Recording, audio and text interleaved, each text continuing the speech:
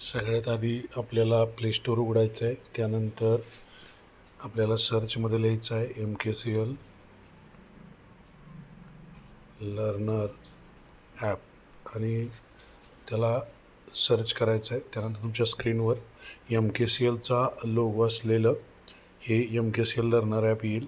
ते तुम्हाला इन्स्टॉल करून घ्यायचं आहे. इन्स्टॉलसाठी थोडा वेळ लागू शकतो. हे तुमच्या फोनच्या रॅमवर आणि इंटरनेटच्या स्पीडवर दोन्हीवर आणि फोनच्या स्टोरेजवर डिपेंड आहे. हे इन्स्टॉल होईपर्यंत आपल्याला थांबायचं आहे. हे झाल्यानंतर आपण पुढं प्रोसेस करणार आहे.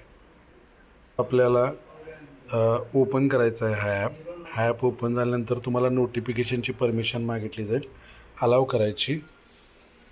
त्यानंतर आपल्या स्क्रीनवर अशा पद्धतीनं looking to skill MKCL learner app अशा पद्धतीची स्क्रीन येईल. इथं तुम्हाला 2 ऑप्शन आहेत, user name password, user name आणि सेंटर कोड. युजर नेम आणि पासवर्ड जो आपण तुम्हाला SMS दिलेला आहे, मोबाईलमध्ये SMS पण केलेला आहे. काही विद्यार्थ्यांना आपण ते व्हॉट्सअपला देखील पाठवलेलं आहे. तर आपण इथं कंटिन्यू नावाच्या ऑप्शनने क्लिअर करायचं आहे आणि पुढं जायचं आहे. समजा आपण हे कंटिन्यू केलं नाही आणि लॉग इन टू गेस्ट केलं तर आपल्याला ही व्यवस्था वापरता येणार नाही आहे, म्हणून आपण कंटिन्यूवर क्लिक करतो आहे. त्यानंतर आपल्याला जो SMS मी युजर ID दिलेला आहे तो आपल्याला इथं भरायचा आहे. त्यानंतर जो युजर ID आहे तोच आपल्याला पासवर्ड म्हणून इथं टाकायचा आहे आणि लॉग इन करायचं आहे. लॉग इन केल्यानंतर आपल्या स्क्रीनवर आपल्याला या ठिकाणी थिओरी आणि ई-बुक असे 2 ऑप्शन दिसतील. तर याच्यामध्ये आपल्याला थिओरीवर क्लिक करायचं आहे. थिओरीवर क्लिक केल्यानंतर तुमच्या स्क्रीनवर अशा प्रकारे स्मार्ट टिप्स ओपन होणार आहेत. यासाठी आवश्यक काय आहे तर तुमचं इंटरनेट चालू असणं आवश्यक आहे.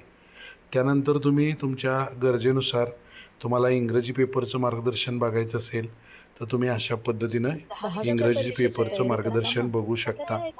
तुम्हाला वाटलं दुसरा एखादा विषय बघायचा आहे तर तुम्ही स्क्रोल डाऊन करून दुसरा एखादा विषय इथं लगेच बघू शकता. याच्यामध्ये तुम्हाला प्रश्न दिलेले आहेत, उत्तर दिलेले आहेत.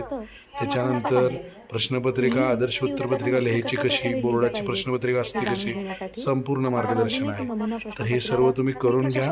तुम्हाला RS कम्प्युटर करून तुमच्या परीक्षेसाठी खूप खूप शुभेच्छा. जर काय अडचण असेल तर तुम्ही आपल्या RS कम्प्युटर खरसुंडी येथे आपला मोबाईल घेऊन या.